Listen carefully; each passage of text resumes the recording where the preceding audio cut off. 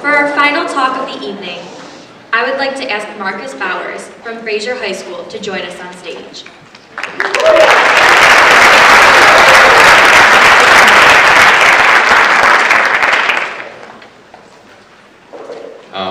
As I thought about how I, a 16-year-old boy, is supposed to come and talk about something inspirational, something that's gonna touch your heart, you know.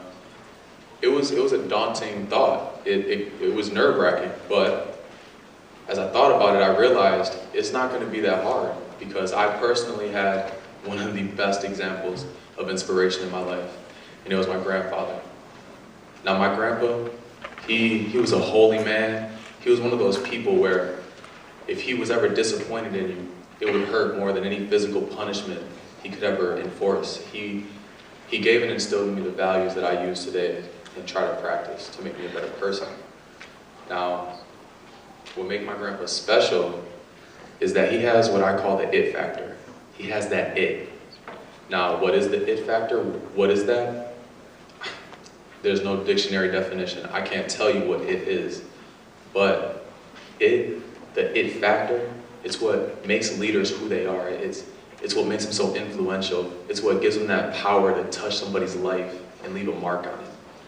Now, like I said, there's no definition, but I'm gonna do my best tonight to give you an outline of values to best explain it. Now, my first set of values for you is to have self-confidence and courage, to rise above.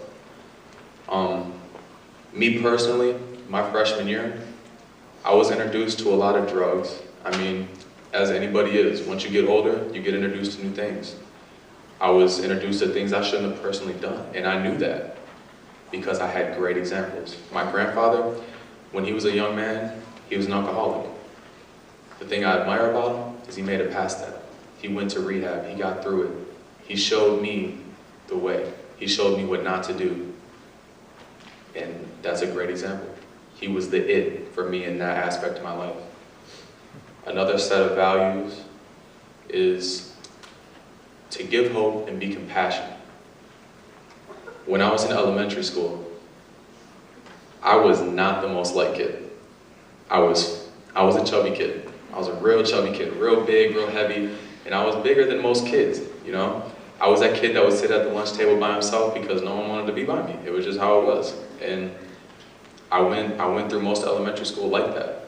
But as I got older, as people got to know me, as people stopped caring about, wow, you're just so big. I mean, stuff changes, you know? I mean, it just made it better for me. It made me that person that will go up to somebody in the hall and be like, wow, how are you doing today, you know? Or that person that has a, you know, kind of sad look on their face. What's wrong? You know, do you need a hug?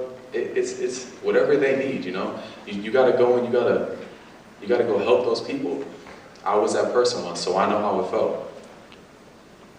My last set of values is to stay humble and have class. I was on varsity football and wrestling my freshman year. I'm a captain of both right now. I'm on student council, I'm on 4As, I'm in a Little Brothers program to go to the elementary school and help out younger kids who have issues, you know.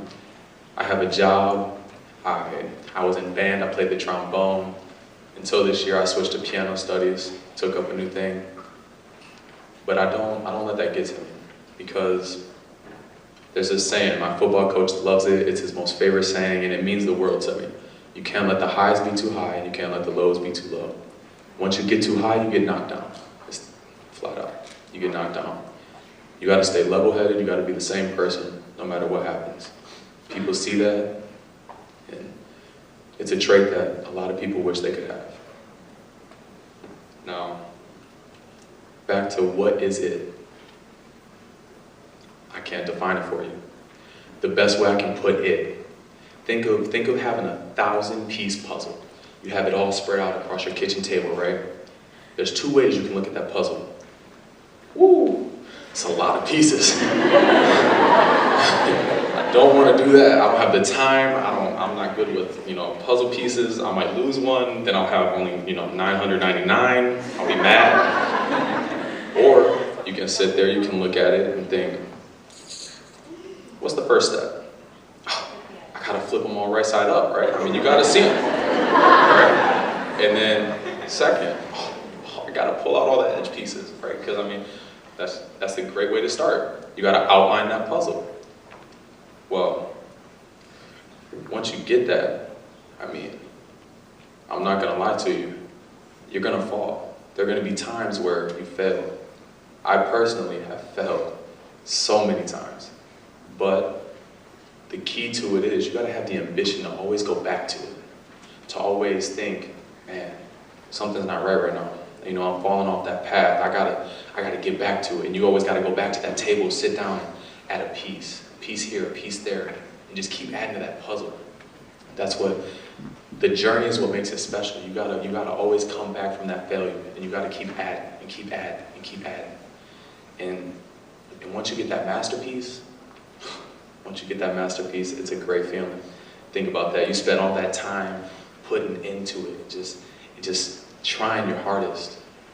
So I'm gonna leave you with my challenge for you today. Finish that puzzle. Get to be the it.